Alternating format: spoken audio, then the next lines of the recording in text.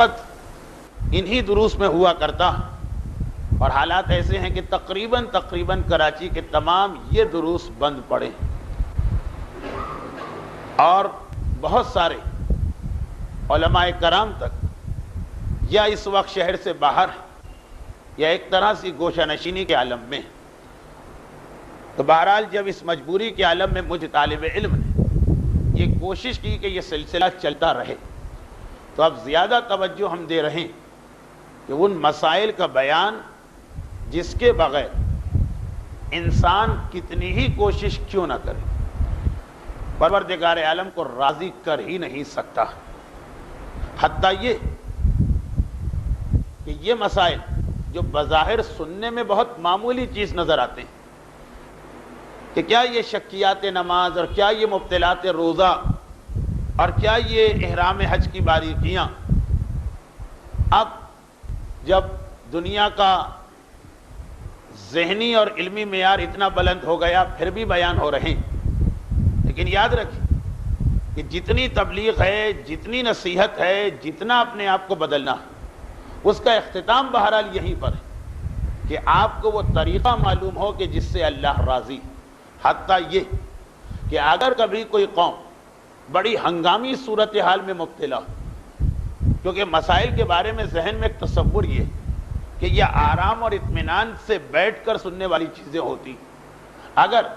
ہم دشمنوں کے درمیان گھرے ہوئے، اگر ہمارے گھر میں آگ لگی ہوئی، اگر ہمارے بچوں کے سینے پہ گولیاں چلائی جا رہی، اس وقت کس کے پاس اتنا وقت کہ بیٹھ کے یہ دیکھے کہ واجبات کیا ہیں اور حرام کیا ہیں اور شرائط کیا؟ ایک تصور یہی کہ جیسے یہ چیزیں اس وقت ہوں گی کہ جب آدمی اطمینان اور آرام کی زندگی گزار رہا ہو، اور جب کسی قوم پر کرائسس کا مرحلہ آ جائے، ایک بحران سے کوئی قوم گزر رہی، وہ کہاں وقت ہوتا ہے ان باریکیوں پہ توجہ دینے کا؟ یہی سب سے بڑا دھوکہ اور غلط فہمی، اور یہی سبب ہے کہ اگر یہ غلط فہمی دور نہ کی جائے تو سلسلہ چلتے چلتے وہاں پہنچے کہ ہمیں ان تمام چیزوں کو جو معصومین نے اپنی زندگی کا سب سے بڑا مقصد بیان کیا، لوگوں کو یہ بات بتانا کہ حلال خدا کیا ہے اور حرام خدا کیا ہے، اگر یہی تصور ذہن میں رہا کہ یہ باتیں اس وقت تو اچھی لگتی ہیں جب قوم عافیت کے عالم میں ہو، سکون کے عالم میں ہو، امن و امان کے عالم میں ہو، اور مشکلات میں گھری ہوئی قوم یا مشکلات میں گھرا ہوا مومن، اس کو ان چیزوں پہ توجہ دینے کا وقت نہیں۔ آپ ٹھہر جائیے کچھ دن، اور جب یہ کرائسس گزر جائے گا پھر آپ دوبارہ شروع کر دیجئے گا کہ نماز اور روزے کے واجبات۔ اگر یہ خیال ذہن میں رہا تو اس کا اختتام یہاں پہ ہونے والا ہے کہ یہ چیزیں ہمیشہ ہمیشہ کے لیے ختم ہو جائیں۔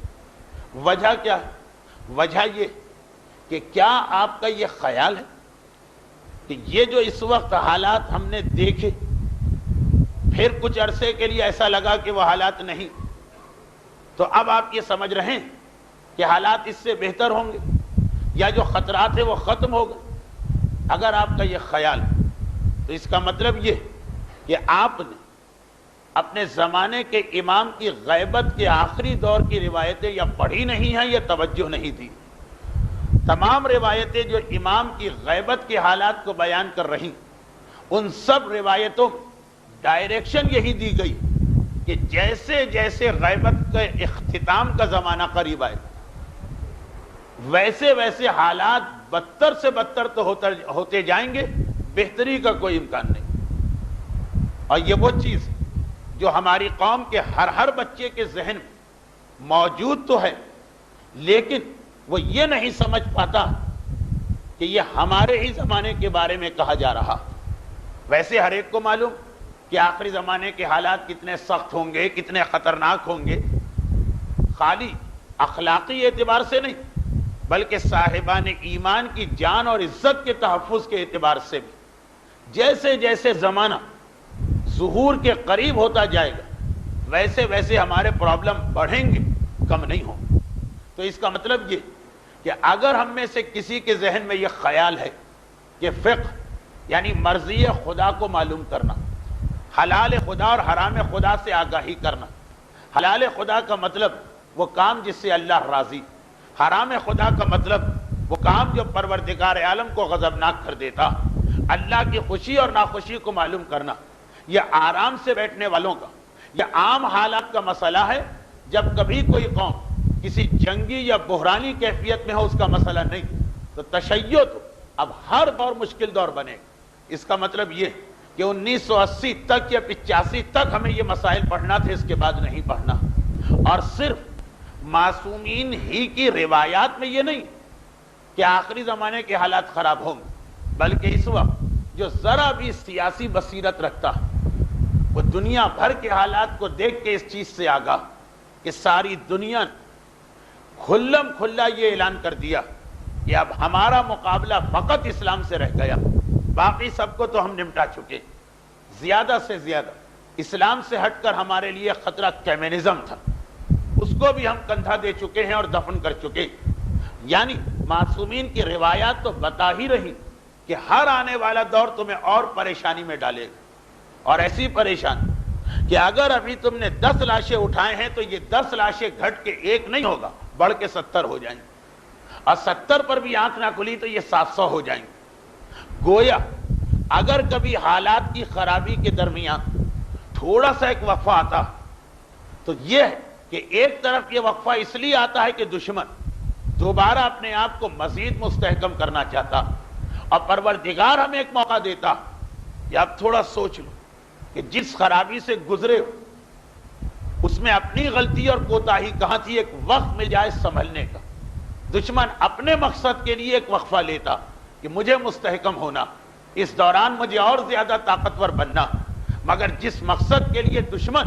تھوڑی دیر کے لیے خاموش ہوتا وہ در حقیقت ہمارے فائدے میں چلا جاتا کہ ہمیں سنبھلنے، ہمیں سوچنے اور ہمیں پرانے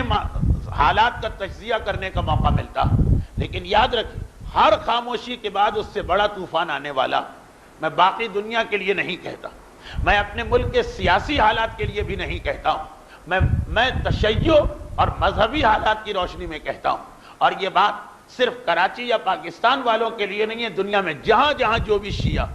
اسے جلد یا بدے ان مرحلوں سے گزرنا پڑے گا۔ اگرچہ اس سے بچنے کا ایک طریقہ بتایا، اور وہ وہی ہے کہ قربانی،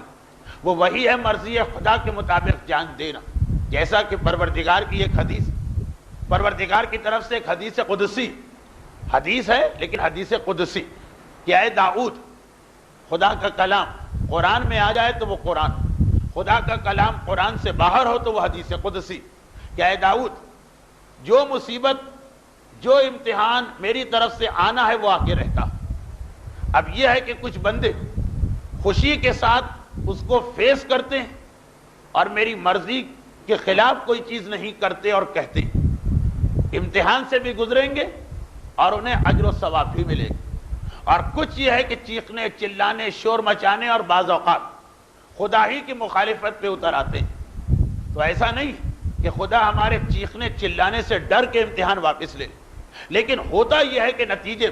وہ مصیبت بھی ہم پہ آتی ہے اور ساتھ ساتھ اجر و ثواب سے بھی ہم محروم ہو جاتے ہیں۔